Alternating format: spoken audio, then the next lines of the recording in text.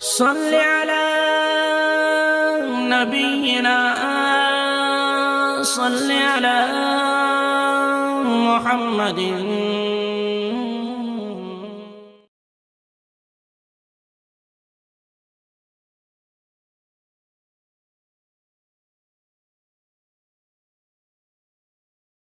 وضرب لهم مثلا أصحاب القرية إذا جاءها المرسلون. یہ سورہ یاسین شریف کی 13ویں آیت ہے. ایسے 12ویں آیت میں ایک لفظ یہ باقی رہ گیا تھا، فی امام مبین. امام یہ عربی زبان کا لفظ ہے. امام کا معنی آتا ہے جس کا قصد اور ارادہ کیا جائے، جس کی طرف لوگ قصد اور ارادہ کرتے ہو اس کو امام کہتے ہیں. اور لوگ بھی امام کے پیچھے نماز پڑھنے کے قصد اور ارادے سے آتے ہیں، اس لیے اس کو امام کہتے ہیں. اور مبین کے معنی آتے ہیں کھلا ہوا ہونا، ظاہر ہونا. یہاں آیت کریمہ میں جو امام مبین کا لفظ آیا ہے، اس کا ایک مطلب ہے انسان کا اعمال نامہ. اللہ کے فرشتے جو ہمارا اعمال نامہ لکھتے ہیں، چاہے اچھا اعمال نامہ ہو یا برا اعمال نامہ ہو، اس کو بھی امام مبین کہتے ہیں. اور وجہ اس کی یہ ہے کہ اسی اعمال نامے کے اعتبار سے قیامت کے دن اللہ تعالی ہم کو سزا دیں گے یا اچھا بدلہ دیں گے. جس انسان کو جو بھی بدلہ ملے گا، چاہے اچھا بدلہ ملے چاہے سزا کی شکل میں برا بدلہ ملے، وہ اعمال نامے کے اعتبار سے ہوگا. اعمال نامے میں اگر اچھائی زیادہ ہے تو اچھا بدلہ ملے گا، اور برائی زیادہ ہے تو برا بدلہ ملے گا. تو ہر انسان کو اعمال نامے کے مطابق قیامت کے دن چلنا ہے، اس لیے اس کو امام مبین کہا جاتا ہے.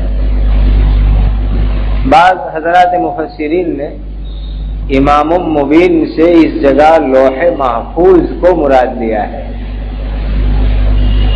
اب یہ لوح محفوظ کیا چیز ہے وہ بھی ذرا سمجھ لو.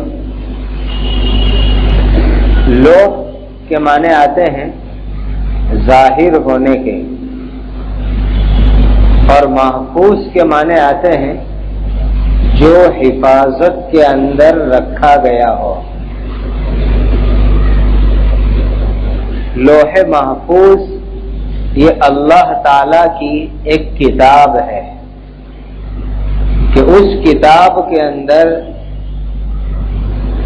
اللہ نے تمام چیزوں کو لکھ رکھا ہے. اور جو لوح محفوظ میں لکھا گیا ہے اسی کے مطابق دنیا کے اندر واقعات ہوتے رہتے ہیں. دنیا کے حالات لوح محفوظ کے اندر جیسا لکھا گیا ہے اسی کے مطابق چلتے ہیں. لوح محفوظ میں جو لکھا ہے اس کے خلاف دنیا کے اندر کچھ نہیں ہو سکتا. اگر لوح محفوظ کے اندر کسی کی زندگی لکھی ہوئی ہو تو دنیا کی کوئی طاقت اس کو موت نہیں دے سکتی. اور اگر لوح محفوظ میں کسی کی موت لکھی ہوئی ہے تو دنیا کی کوئی طاقت اس کو زندگی نہیں دے سکتی. تو ساری دنیا کے انسانوں کو، جناتوں کو اور دنیا کے حالات کو لوح محفوظ کے مطابق چلنا ہے. اس میں کوئی رد و بدل ایک رائی کے دانے کے برابر بھی نہیں ہو سکتا۔ پھر جب لوح محفوظ کے اندر جب کوئی بات لکھی ہوئی دنیا میں ہو جاتی ہے تو اس کے بعد بھی وہ لکھا ہوا باقی رہتا ہے۔ مثلا آج پیر کا دن ہے تو آج پیر کے دن کے متعلق کہ بھائی آج ظہر کی نماز کے بعد آپ جو ہے یہ کام کریں گے، یہ لوح محفوظ میں لکھا ہوا ہے۔ اب اس کے مطابق آپ نے وہ کام کر دیا تو لوح محفوظ میں مٹ نہیں جاتا، بلکہ لوح محفوظ کے ریکارڈ میں وہ لکھا ہوا قیامت تک باقی رہے گا۔ تو جو چیز ہو چکی وہ لوح محفوظ سے ختم نہیں ہو جاتی، بلکہ لوح محفوظ میں اس کا ریکارڈ باقی رہتا ہے۔ اسی لیے جب انسان قیامت کے دن اللہ کے دربار میں جائے گا تو ایک تو یہ فرشتوں کا ریکارڈ ہے جو وہ لکھ رہے ہیں، اور ایک وہ ریکارڈ ہے جو لوح محفوظ میں لکھا ہوا ہے۔ تو کوئی انسان وہاں جھوٹ نہیں بول سکے گا کہ اللہ یہ کام میں نے کیا نہیں تھا، اے اللہ میں نے ایسی بات کی نہیں تھی، اس لیے کہ ایک تو فرشتوں کا ریکارڈ ہے اور ایک لوح محفوظ میں لکھا ہوا ہے۔ تو جو ہو گیا وہ بھی لوح محفوظ میں باقی رہتا ہے اور اس کو مٹایا جاتا نہیں ہے۔ تو لوح محفوظ یہ اللہ کا ایک چوپڑا ہے، اللہ کی ایک کتاب ہے کہ جس کے اندر تمام کی تمام چیزیں لکھی ہوئی ہے اور ساری دنیا اسی کے مطابق چلتی ہے۔ بلکہ آپ کو حیرت ہوگی کہ یہ قرآن کریم آسمان پر اور دنیا میں اتارے جانے سے پہلے اسی لوح محفوظ کے اندر لکھا ہوا تھا۔ اسی لیے قرآن میں ایک جگہ اللہ ارشاد فرماتے ہیں بسم اللہ الرحمن الرحیم بل هو قرآن مجید فی لوح محفوظ، کہ یہ تو ایک قرآن ہے بڑی شان والا ہے اور لوح محفوظ میں بھی لکھا ہوا ہے۔ تو اللہ نے پہلے قرآن کو لوح محفوظ میں لکھا تھا اور پھر آسمان دنیا پر اتارا اور پھر وہاں سے زمین کے اوپر اتارا گیا ہے۔ یہاں تک کہ دنیا کا کوئی بڑے سے بڑا انسان اور بڑے سے بڑا جن لوح محفوظ میں لکھی ہوئی بات کو بدل نہیں سکتا کہ چلو ہم اوپر چلے جاوے اور جا کر کے لوح محفوظ میں لکھی ہوئی بات کو بدل دے وے، آگے پیچھے کر دے وے۔ ایسا دنیا کی کوئی طاقت نہیں کر سکتی۔ جو وہاں لکھا ہوا ہے ایک دم اٹل ہے اور اس میں رائی کے دانے کے برابر کوئی فرق پڑنے والا نہیں ہے۔ اب یہ لوح محفوظ کی جگہ کون سی، کہاں پر ہے یہ لوح محفوظ؟ تو معراج کی حدیث کی روشنی میں لوح محفوظ کی جگہ بھی سمجھ لو۔ 7ویں آسمان کے اوپر سدرۃ المنتہا ہے جس کا میں نے شروع میں ذکر کیا تھا۔ 7ویں آسمان کے اوپر جو سدرۃ المنتہا ایک بیری کا درخت ہے، اس کے آگے جنت ہے، 7ویں آسمان سے بھی آگے، اس کے آگے جہنم ہے، پھر اور اس کے آگے چلے جاؤ، یعنی 7ویں آسمان سے آگے جنت، جنت سے آگے جہنم اور جہنم سے آگے چلے جاؤ تو وہاں مقام صریح الاقلام اور وہیں لوح محفوظ آتا ہے۔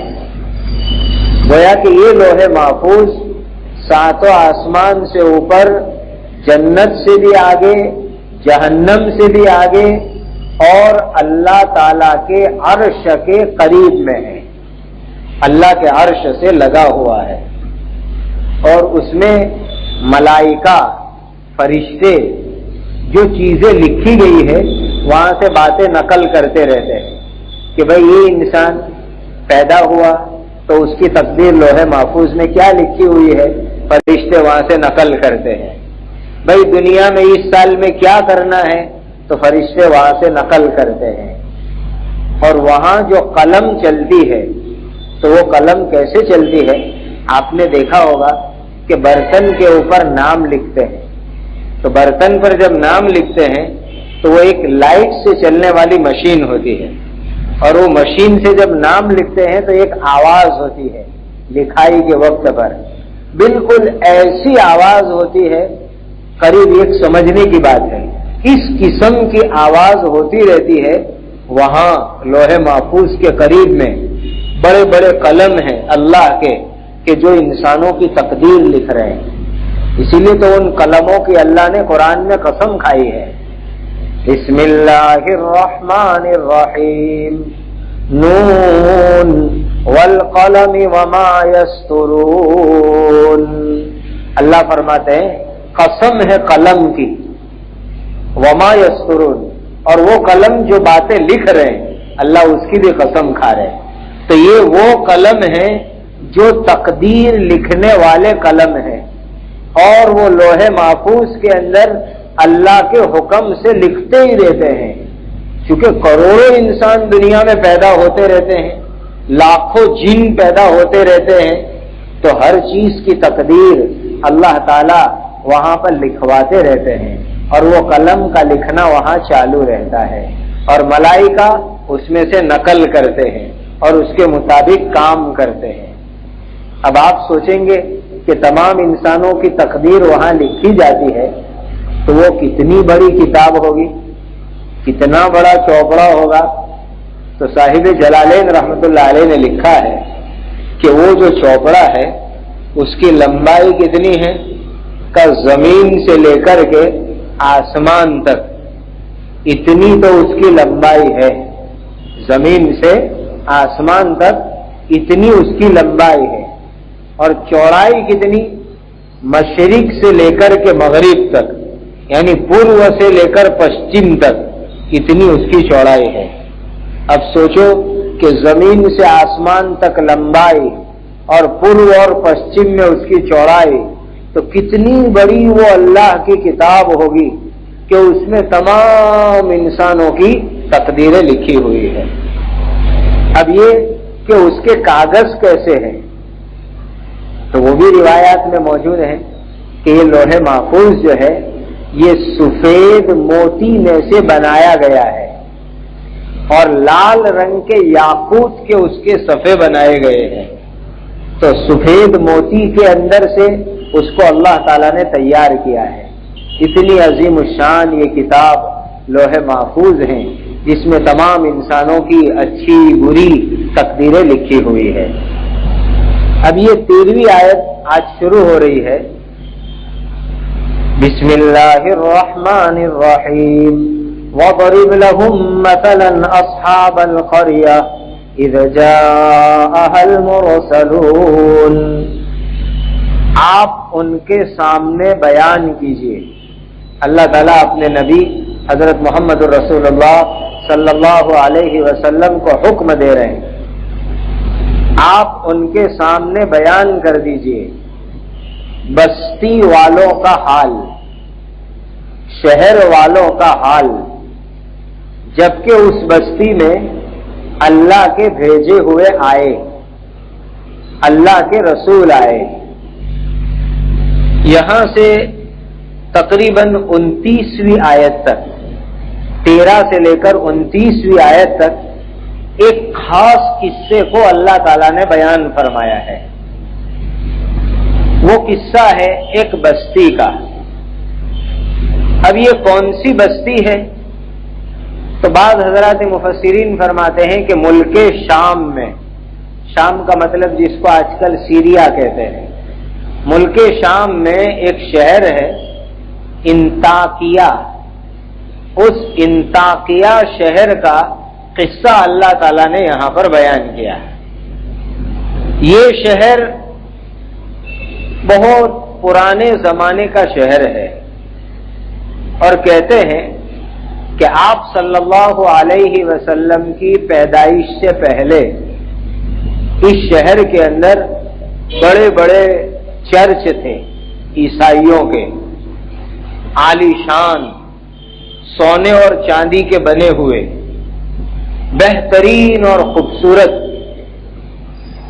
یہاں بہت سارے چرچ تھے، اور اس شہر کے چاروں طرف جو دیوار بنی ہوئی تھی، ایسی عجیب و غریب دیوار تھی کہ لوگ اس کو دیکھنے کے لیے آیا کرتے تھے۔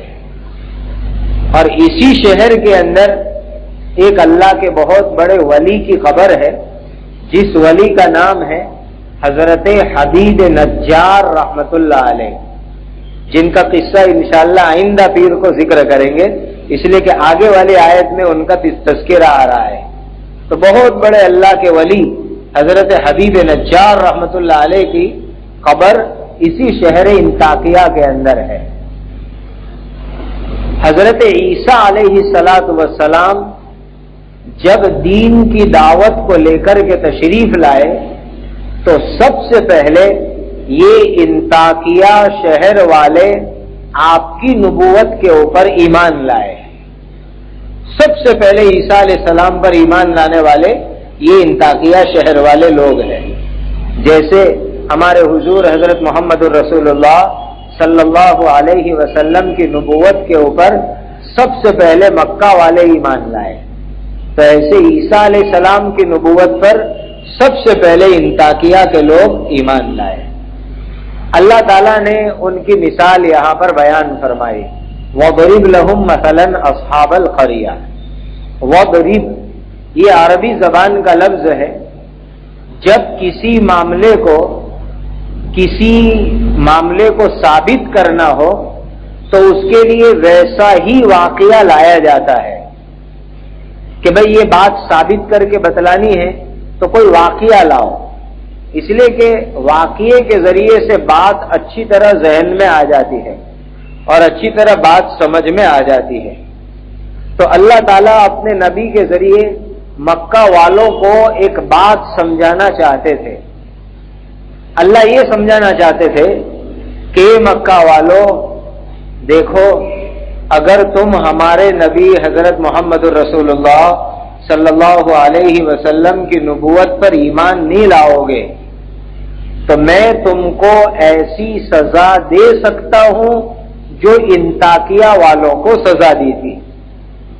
جیسا عذاب انطاکیہ والوں پر آیا تھا ایسا عذاب تم مکہ والوں پر بھی آ سکتا ہے۔ تو اللہ مکہ والوں کو یہ بات سمجھانا چاہتے ہیں، اس لیے انطاکیہ والوں کا واقعہ اللہ تعالیٰ نے ذکر فرمایا۔ اگرچہ تفسیر کے بہت بڑے امام حافظ ابن کثیر رحمۃ اللہ علیہ یہ فرماتے ہیں کہ یہاں انطاکیہ کا واقعہ نہیں ہے، کوئی اور واقعہ ہے۔ حضرت والا تھانوی رحمۃ اللہ علیہ یہ ارشاد فرماتے ہیں کہ بھائی کسی بھی شہر کا واقعہ ہو، انطاکیہ کا واقعہ ہو یا کسی اور جگہ کا واقعہ ہو، یہاں جو عبرت کی بات ہے وہ دراصل ہمیں سمجھنی ہے جو اللہ نے مکہ والوں کے لیے ذکر فرمائی۔ اللہ نے اس بستی والوں کے پاس اپنے پیغمبروں کو بھیجا۔ کتنے پیغمبر بھیجے؟ تو آگے والی آیت سے معلوم ہو رہا ہے کہ 3 پیغمبروں کو اللہ نے بھیجا۔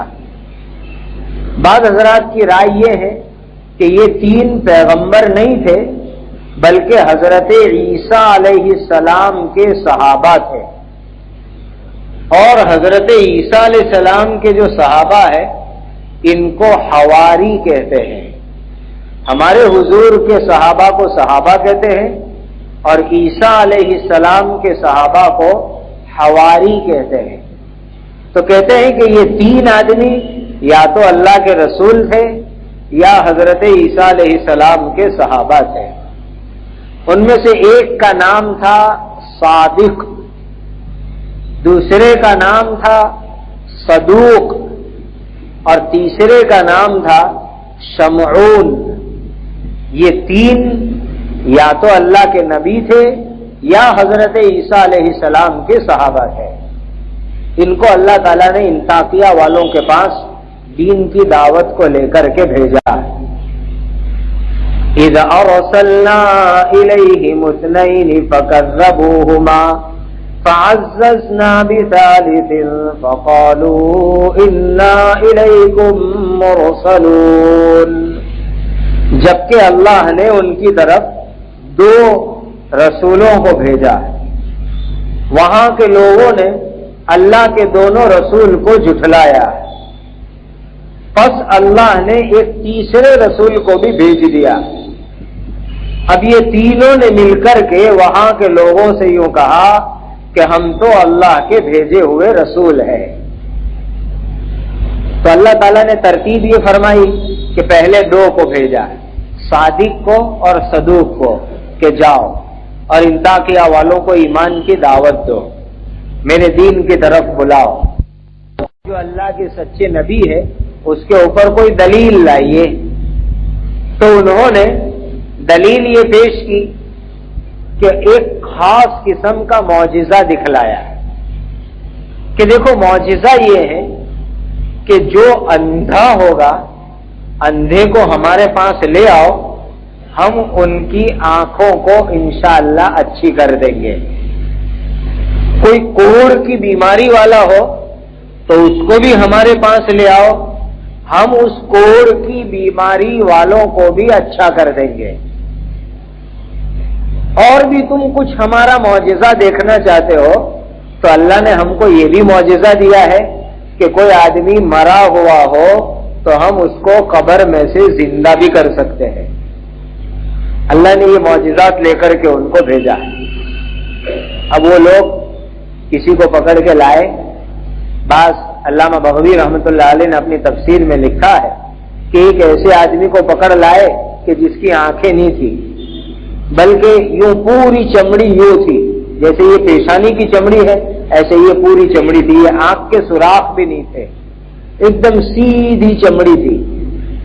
اب یہ دونوں اللہ کے نبیوں نے کچھ پڑھا، دعا کی اللہ کے سامنے، تو عجیب ہو گیا کہ یہ دونوں آنکھیں ان کی پھٹ کر کے کھل گئی اور دونوں دیکھتے ہو گئے اور بینائی ان کی لوٹ آئی۔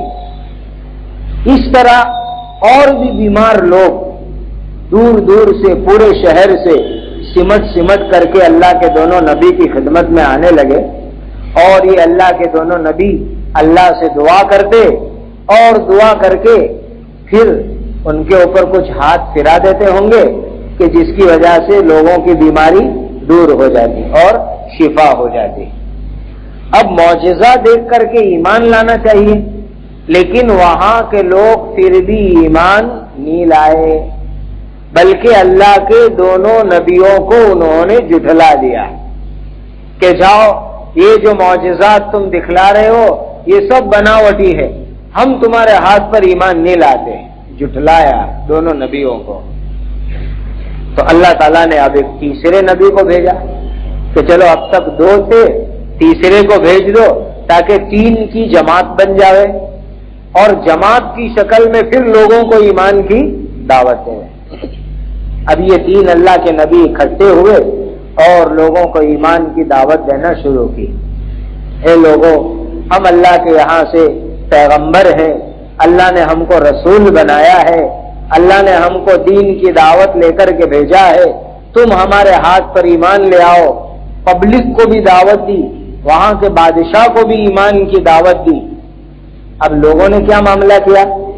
قالوا ما انتم الا بشر مثلنا وما انزل الرحمن من شيء ان انتم الا تکذبون۔ لوگ کہنے لگے کہ تم تو ہمارے جیسے انسان ہو، اور رحمان نے یعنی اللہ نے کوئی چیز تمہارے اوپر نہیں اتاری، تم تو جھوٹ بولتے ہو۔ دیکھیے یہ اللہ کے نبی ان کو معجزہ دکھلا رہے ہیں، ان کو دین کی بات سمجھا رہے ہیں، لیکن انہوں نے کیا کہا کہ تم تو ہمارے جیسے انسان ہو۔ دیکھیے ایک بات سمجھ لو اچھی طرح، حضرت نوح علیہ السلام سے لے کر کے ہمارے حضور حضرت محمد الرسول اللہ صلی اللہ علیہ وسلم تک تمام نبیوں کو لوگوں نے یہی کہا کہ تم تو ہمارے جیسے انسان ہو، اور کوئی انسان تھوڑا نبی ہو سکتا ہے؟ لوگ کیا سمجھتے تھے کہ نبی تو ایسا آدمی ہوئے کہ جو انسان سے بھی آگے ہوئے. یعنی نبی کیسا ہوئے؟ مکہ والے کیا کہتے تھے؟ بسم اللہ الرحمن الرحیم ما لهذا الرسول یاکل الطعام ویمشی فی الاسواق. ارے یہ کیسے پیغمبر ہیں؟ کھانا بھی کھاتے ہیں، پانی بھی پیتے ہیں، شادی بھی کرتے ہیں، ان کے بچے بھی ہوتے ہیں، یہ بازاروں میں چلتے پھرتے بھی ہیں، تجارت بھی کرتے ہیں، کاروبار بھی کرتے ہیں. ایسے کیسے نبی؟ کا نبی تو کیسے ہونے چاہیے؟ کھانا بھی نہیں کھاوے، پانی بھی نہیں پیوے، بازار میں بھی نہیں چلے، اور بالکل نبی تو فرشتہ ہونا چاہیے. یہ بات حضرت نوح علیہ السلام کے زمانے سے ہمارے حضور تک تمام نبیوں کو لوگوں نے یہ بات سنائی. اور آج بھی بہت سے نادان لوگ ایسی باتیں کہتے ہیں کہ بھئی نبی انسان نہیں ہوتا. بھئی انسان نہیں ہوتا تو کیا ہوتا ہے؟ فرشتہ ہوتا ہے. اور فرشتہ ہوتا تو ہم کو کہاں نظر آئے گا؟ اس لیے کہ فرشتہ تو مرنے کے بعد نظر آئے گا. دنیا میں جو فرشتہ نظر آنے لگے تو انسان زندہ کہاں رہے اور انسان کہاں برداشت کریں گے؟ تو یہ بات وہاں کے لوگوں نے کہی کہ تم تو ہمارے جیسے انسان ہو. دوسری بات کیا کہی کہ اللہ نے تمہارے اوپر کوئی وحی نہیں اتاری، اللہ نے تم کو رسول نہیں بنایا، اللہ نے تم کو پیغمبر نہیں بنایا.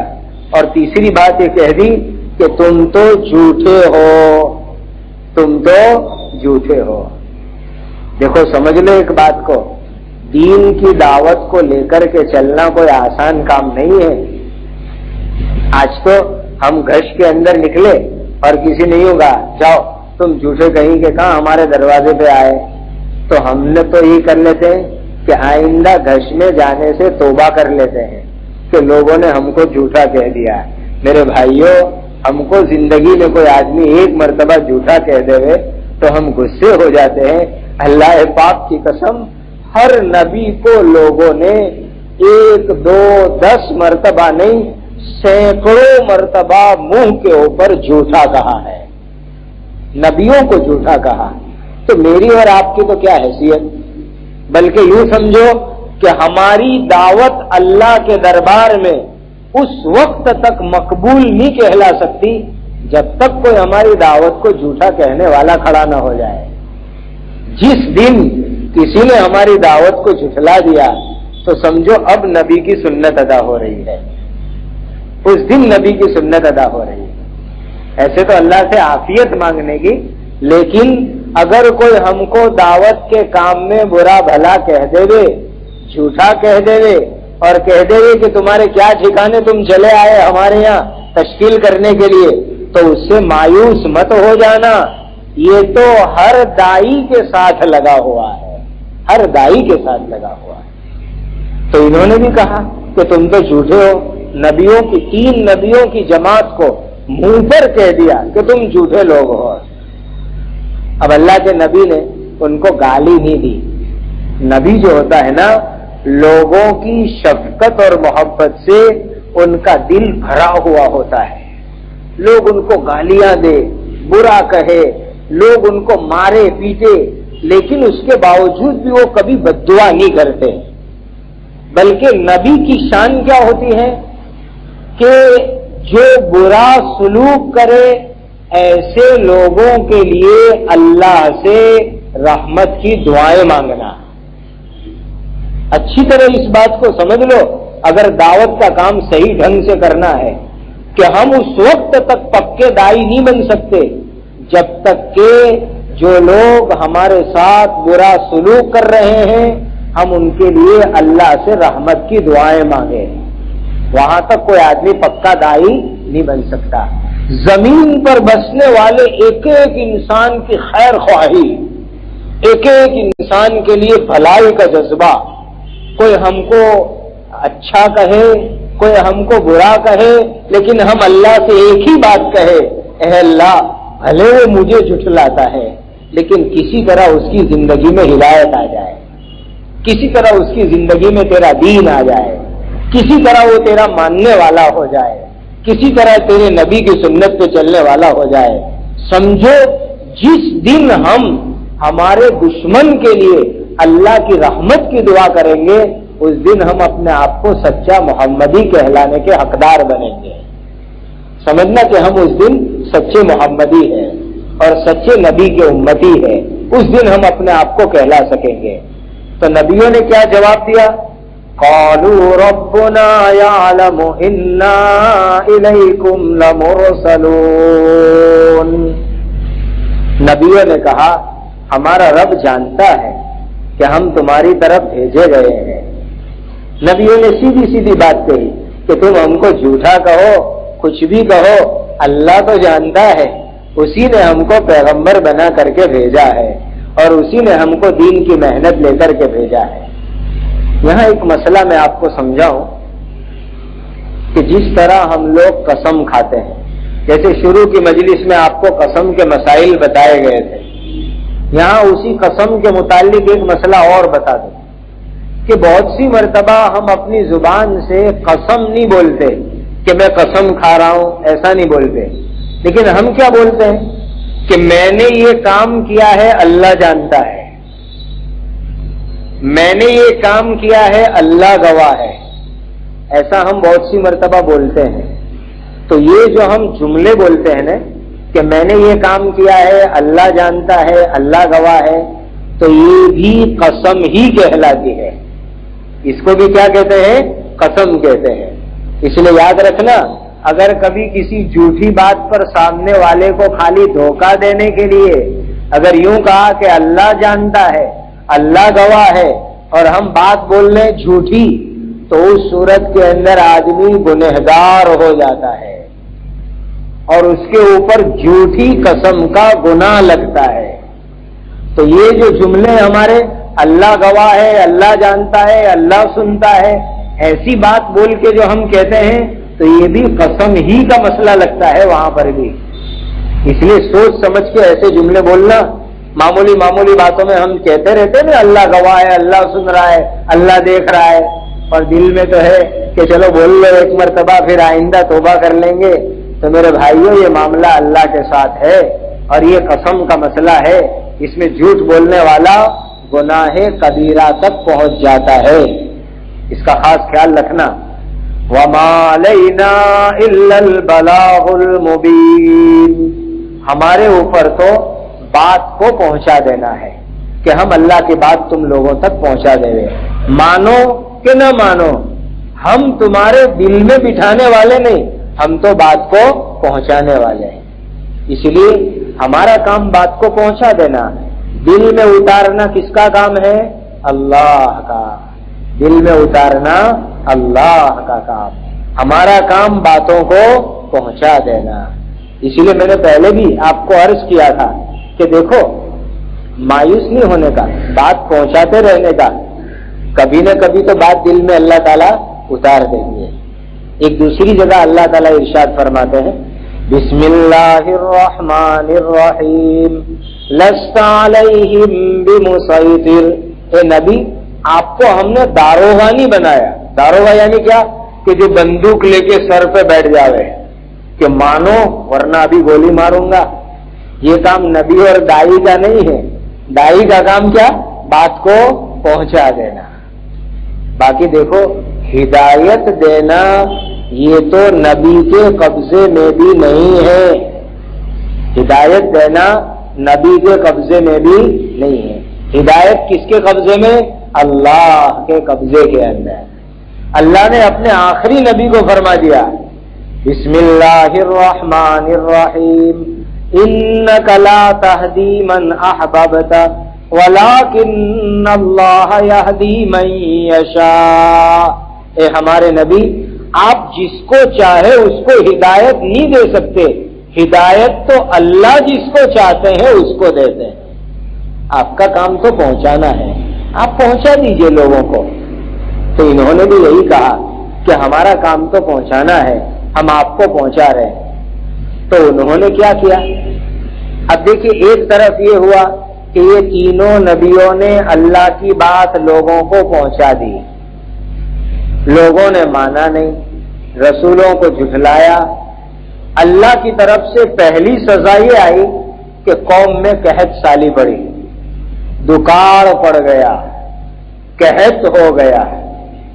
اور ایسا ہوا کہ بعض لوگوں نے نبیوں کی بات مانی تو نہیں مانی، لیکن باتوں کا چرچا کرنا شروع کر دیا۔ بہت سی مرتبہ ایسا ہوتا ہے نا کہ ہم ایک بات کو مانتے تو نہیں، لیکن باتوں کا چرچا بہت کرتے ہیں۔ بھائی یہ بھی فتنے کا ایک سبب ہے، یہ بھی فتنے کا ایک ذریعہ ہے کہ ہم کسی بات کا خوب چرچا کریں۔ بھائی اتنا ٹائم مسلمان کے پاس ہے کہاں کہ وہ کسی بات کا فضول چرچا کرے۔ باتوں کا فضول چرچا کرنا یہ فتنوں کو جنم دینے والی چیز ہے، اس لیے باتوں کا فضول چرچا کرنے کا نہیں۔ بھائی اپنے کام کی بات ہو تو کرنے کی، باقی یہ کہ فلانے کے گھر میں ایسا ہوا اور فلانے نے ایسا کیا، بھائی تجھے کیا پڑی، تو تیری قبر میں سوئے گا، وہ اس کی قبر میں سوئے گا، یہ تجھے چرچا کرنے کی کیا ضرورت؟ چھوڑنی بھائی، اور تو تیرے کام میں لگ۔ جہاں فضول چرچے ہوتے ہیں وہاں فتنے جنم لیتے ہیں۔ آپ اس بات کو لکھ لو، جہاں فضول چرچے ہوئے وہاں فتنے جنم لیتے ہیں، اسی لیے کبھی فضول چرچا کے اندر پڑنے کا نہیں۔ اور ایک بات اور اچھی طرح ذہن میں بٹھا لو کہ جو آدمی حق بات کو مانتا نہیں ہے وہ آدمی فتنے میں پڑتا ہے۔ جہاں آدمی نے حق بات نہیں مانی اب فتنے کھڑے ہو جائیں گے۔ آپ اپنے سماج میں بھی اس پر انوبھو کر لو کہ کوئی حق بات آپ کہو، لوگوں نے مان لی تو الحمدللہ، اور حق بات جو نہیں مانی تو ضرور وہاں فتنہ کھڑا ہو جائے گا۔ اس لیے جب کوئی حق بات آ جائے تو حق بات کو فوراً ماننے والے بنو، ورنہ فتنوں کو دعوت دینا ہے۔ اور آج جو یہ قیامت سے پہلے کا زمانہ چل رہا ہے نا، اس میں لوگوں کا مزاج یہ بنتا جا رہا ہے حق بات کو ماننا نہیں، اور پھر اس کی وجہ سے فتنے کھڑے ہوتے ہیں۔ لوگ مفتیوں کو جو فتوے پوچھنے آتے ہیں نا، تو اس میں بھی جو ہے نا ایک مفتی صاحب نے فتویٰ لکھ دیا کہ بھائی تمہارے سوال کا یہ جواب ہے۔ اب لوگوں کا مزاج کیا ہے، اپنی مرضی کے مطابق آیا تو مفتی صاحب کا فتویٰ مانو، باقی اپنی مرضی کے ورودھ میں آیا تو کہ چلو نہیں ذرا دوسرے مفتی صاحب کو بھی پوچھ کے دیکھیں وہ کیا کہتے ہیں۔ اب دوسرے مفتی صاحب کا فتویٰ نکالا، وہاں بھی اپنی مرضی میں نہیں آیا تو کہا چلو نہیں ذرا کسی تیسرے مفتی صاحب کو پوچھنے جاوے، وہاں کچھ اپنی دال گل جاوے۔ تو یہ کیا ہے کہ حق بات کو نہ ماننے کا جذبہ، اور یہ جو آدمی حق بات کو مانتا نہیں ہے تو پھر آدمی فتنے میں پڑتا ہے، فتنے میں مبتلا ہو جائے۔ اس لیے اس کو ہمیشہ یاد رکھو، حق بات آئے فوراً مان لو اور فضول چرچا کے اندر مت پڑو، ورنہ بڑے بڑے فتنے کھڑے ہوں گے۔ تو اب اللہ کے 3 نبی دعوت دے رہے ہیں دین کی، انہوں نے نہیں مانا تو اللہ تعالیٰ کے یہاں سے ان کے اوپر قحط سالی آئی، اور قحط سالی کے اندر یہ لوگ مبتلا ہو گئے۔ اور دوسرا وبال یہ شروع ہوا کہ ان کے اندر 2 گروہ بن گئے، ایک نبیوں کو ماننے والے اور ایک نبیوں کو جھٹلانے والے، 2 طرح کی پارٹی بندی ہو گئی۔ اگر سب لوگ نبی کو مان لیتے تو 2 پارٹی بنتی نہیں، لیکن نہیں مانا حق کو تو 2 پارٹی بن گئی، اور جھٹلانے والے ماننے والے 2 پارٹیاں کھڑی ہو گئی۔ اب قحط سالی آئی، دکاڑ آیا، آپس میں 2 پارٹی بڑھ گئی۔ تو اس کا سبب تو ان کی نافرمانی تھی کہ انہوں نے نبیوں کو نہیں مانا تو اللہ نے قحط بھیجا، انہوں نے نبیوں کو نہیں مانا تو 2 پارٹی ہو گئی۔ لیکن اس قحط سالی کو یہ بدماش لوگ نبیوں کی طرف نسبت کرنے لگے اور کہنے لگے کہ یہ قحط سالی جو آئی ہے نعوذ باللہ تمہاری نحوست سے آئی ہے، اللہ کے نبی کو کہنے لگے۔ اللہ فرماتے ہیں اسی کو 18ویں آیت کے اندر، قالوا انا تطیرنا بکم لئن لم تنتهوا لنرجمنکم وَلَيَمَسَّنَّكُم مِّنَّا عَذَابٌ أَلِيمٌ، کہنے لگے کہ ہم تو تم کو بے برکت سمجھتے ہیں، ہم تم کو نحوست سمجھتے ہیں، اگر تم اپنی دین کی دعوت سے باز نہیں آئے تو ہم تم کو پتھر مار کے ختم کر دیں گے اور تم کو ہمارے ہاتھ سے دردناک عذاب پہنچے گا، دردناک تکلیف پہنچے گی۔ دیکھو کیسے پتھر دل لوگ ہیں کہ قحط سالی جو آئی وہ نبی کو نہ ماننے کی وجہ سے آئی، اور کیا کہہ رہے ہیں نبیوں کو کہ یہ قحط سالی جو آئی ہے تمہاری نحوست سے آئی۔ اللہ نبی تو رحمت ہوتے ہیں، نبی تھوڑے نحوست ہوتے ہیں۔ نحوست تو وہ لوگ تھے جنہوں نے نبی کی دعوت کو نہیں مانا، وہ نحوست تھے، لیکن کہہ رہے کہ تم لوگ نحوست ہو۔ اللہ کے نبی نے کہا کہ نہیں، نحوست تو تمہارے ساتھ ہے، ہم تم کو دین کی بات سمجھا رہے ہیں، تم مانتے نہیں، نہ ماننے کے اوپر اللہ کی طرف سے تمہارے اوپر وبال آیا ہے۔ اور پھر کیا دھمکی دینے لگے، لَنَرْجُمَنَّكُمْ، اے اللہ کے نبیوں اگر تم دین کی دعوت کو بند نہیں کرو گے تو اب ہم تم کو پتھر مار کر کے مار ڈالیں گے، پتھر مار کر کے ختم کر دیں گے، اور اس کے علاوہ اور بھی سخت سزا ہم تم کو دیں گے۔ یہ نبیوں کو دھمکانے لگے۔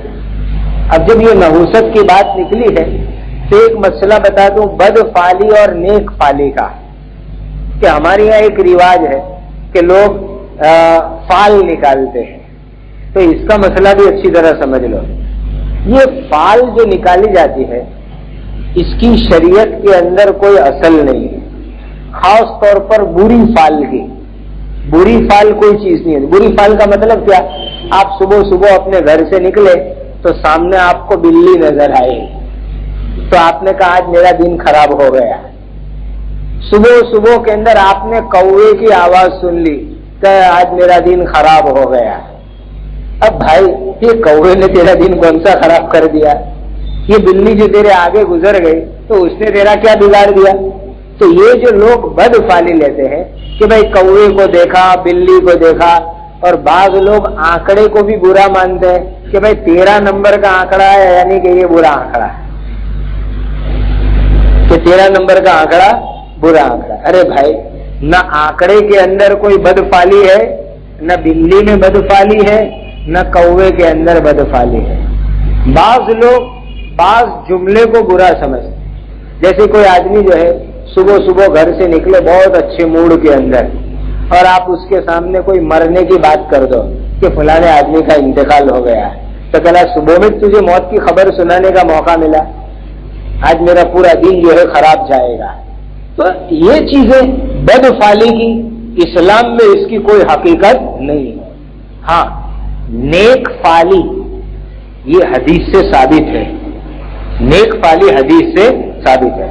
نیک فالی کا مطلب کیا کہ آدمی اللہ تعالیٰ پر اچھا گمان کرے، آدمی اللہ تعالیٰ پر اچھا گمان کرے، وہ نیک فالی ہے۔ یہ نیک فالی جائز ہے۔ دیکھو نیک فالی کا ایک حدیث میں آپ کو سناؤں۔ نبی کریم صلی اللہ علیہ وسلم ہجرت کے سفر میں تشریف لے جا رہے ہیں مکہ سے مدینہ۔ اب یہاں مکہ میں معاملہ ایک دم گرما گرمی کا تھا کہ حضور جو چلے گئے تو پورے مکہ والے دوڑ دھام میں کہ یہ کہاں ہمارے ہاتھ سے نکل گئے، تو انہوں نے 100 اونٹ کا انعام ڈکلیئر کیا کہ جو ان کو زندہ یا مرا ہوا پکڑ کے لائے ہم اس کو 100 اونٹ انعام کے اندر دیں گے۔ اب یہ دوڑا ہے، وہ دوڑا ہے، وہ دوڑا ہے حضور کو پکڑنے کے واسطے، پورے مکہ میں معاملہ گرم۔ اب حضور سفر میں جا رہے ہیں، اللہ حفاظت فرما رہے ہیں، راستے میں حضرت ابوبکر صدیق بھی ساتھ میں ہے۔ ایک جگہ ایک آدمی کی ملاقات ہوئی، اس آدمی کا نام تھا بریدہ اسلمی۔ اب یہ بریدہ اسلمی سے ملاقات ہوئی، حضور نے اس سے پوچھا بھائی تمہارا نام کیا؟ تو اس نے کہا کہ بریدہ اسلمی۔ تو حضور نے حضرت ابوبکر کو یوں فرمایا، اس قسم کا جملہ، برد اللہ امرنا، کہ اللہ نے ہمارے معاملے کو اب انشاءاللہ ٹھنڈا کر دیا۔ بریدہ یہ بردن سے ہے، برد کے معنی عربی میں آتے ہیں ٹھنڈک کے، برد کے معنی ٹھنڈک، اس لیے بارد کے معنی آتے ہیں ٹھنڈے کے، تو ان کا نام بریدہ تھا۔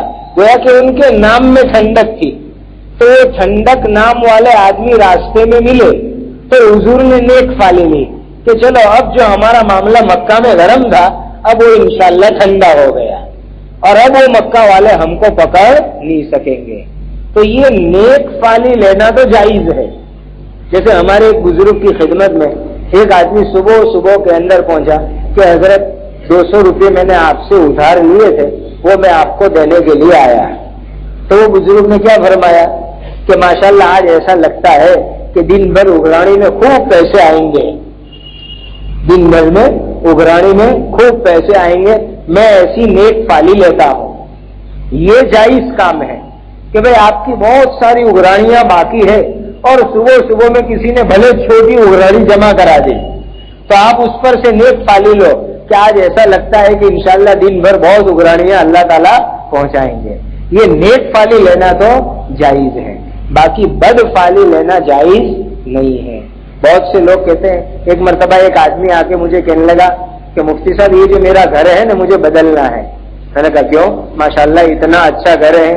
تو کہا یہ گھر کے اندر آج تک مجھے سکون ہی نہیں ملا، آج تک اس گھر میں مجھے چین ہی نہیں ملا، ہمیشہ کچھ نہ کچھ لفڑے ہی کھڑے ہوتے رہتے ہیں۔ میں نے کہا بھائی ہماری زندگیاں لفڑے والیاں ہو چکی ہے، پھر گھروں میں سکون کہاں ملے گا؟ کبھی آج تک تو نے گھر میں قرآن کی تلاوت کی؟ گھر میں تو نے تیری بیوی نے کبھی پابندی سے 5 وقت کی نماز پڑھی؟ کبھی تو نے بچوں کو قرآن پڑھنے بٹھایا گھر کے اندر؟ جو چیز گھر میں سکون لانے والی ہے وہ تو کرتا نہیں، اور پھر تو کہتا ہے گھر میں سکون نہیں، چین نہیں۔ گھر میں تو نے شیطان لا کے بٹھا رکھا ہے اور گھر کے اندر تو نے جو ہے ویڈیو لا کر کے رکھا ہے، پھر کہتا ہے کہ گھر میں سکون نہیں ملتا۔ اور مجھے معلوم تھا کہ اس نے وہ مکان لون کے پیسے سے بنایا ہے، تو میں نے کہا تو نے شروعات ہی جو ہے شیطانی پیسے سے کی ہے، پھر کہاں تجھے گھر کے اندر سکون اور چین ملے گا؟ تو آدمی نہ مکان سے بدفالی لیوے، نہ کوے سے بدفالی لیوے، نہ آنکڑے سے بدفالی لیوے، نہ بلی سے بدفالی لیوے، کسی چیز میں بدفالی ہوتی نہیں ہے۔ ہاں نیک فالی لینا مسلمان کے لیے جائز ہے۔ جیسے ایک بزرگ کے یہاں عجیب لطیفہ ہو گیا، عجیب لطیفہ، کہہ رہے ہیں کہ میرے گھر کے اندر میری شادی ہوئی اور جب رخصتی ہوئی اور بیوی گھر میں آ رہی تھی، جب وہ دلہن کو کار لے کر کے آئی تو اس وقت پورے محلے میں لائٹ گئی ہوئی تھی۔ کا قدرتی اتفاق دیکھے کہ جب دلہن گھر کے دروازے پہ پہنچی تو اس وقت لائٹ آئی، تو کہا میں نے جو ہے نیک فالی لی کہ انشاءاللہ اس دلہن کا گھر کے اندر آنا روشنی کا ذریعہ بنے گا۔ کا واقعتاً ایسا ہی ہوا۔ گھر کے اندر بہت سی عورتیں ایسی ہوتی ہیں کہ وہ گھر میں آنے کے بعد ایسے کارنامے کرتی ہے کہ گھر کے اندر سے جو ہے ظلمت اور جہالت ختم ہوتی ہے اور گھر میں روشنی کا ماحول پیدا ہوتا ہے۔ تو اس قسم کی نیک فالی لینا جائز ہے۔ تو ان بدماشوں نے اللہ کے نبیوں سے بدفالی لی تو نبی نے جواب دیا قالوا طائركم معكم أئن ذكرتم بل أنتم قوم مسرفون۔ نبیوں نے کہا کہ بدفالی تو تمہارے ساتھ ہے، ہم تم کو نصیحت کر رہے ہیں، اس کے اوپر تم بدفالی لے رہے ہو، بلکہ تم ہی لوگ ہو حد سے آگے گزرنے والے کہ جنہوں نے اللہ کی بات نہیں مانی، نبیوں کی بات نہیں مانی اور تم حد سے آگے نکل گئے۔ تو بہرحال ان 3 نبیوں نے آ کر کے ان انطاکیہ والوں کو اللہ کے دین کی دعوت دی، لیکن انہوں نے دین کی بات نہیں مانی تو اللہ کی طرف سے قحط اور دکال پر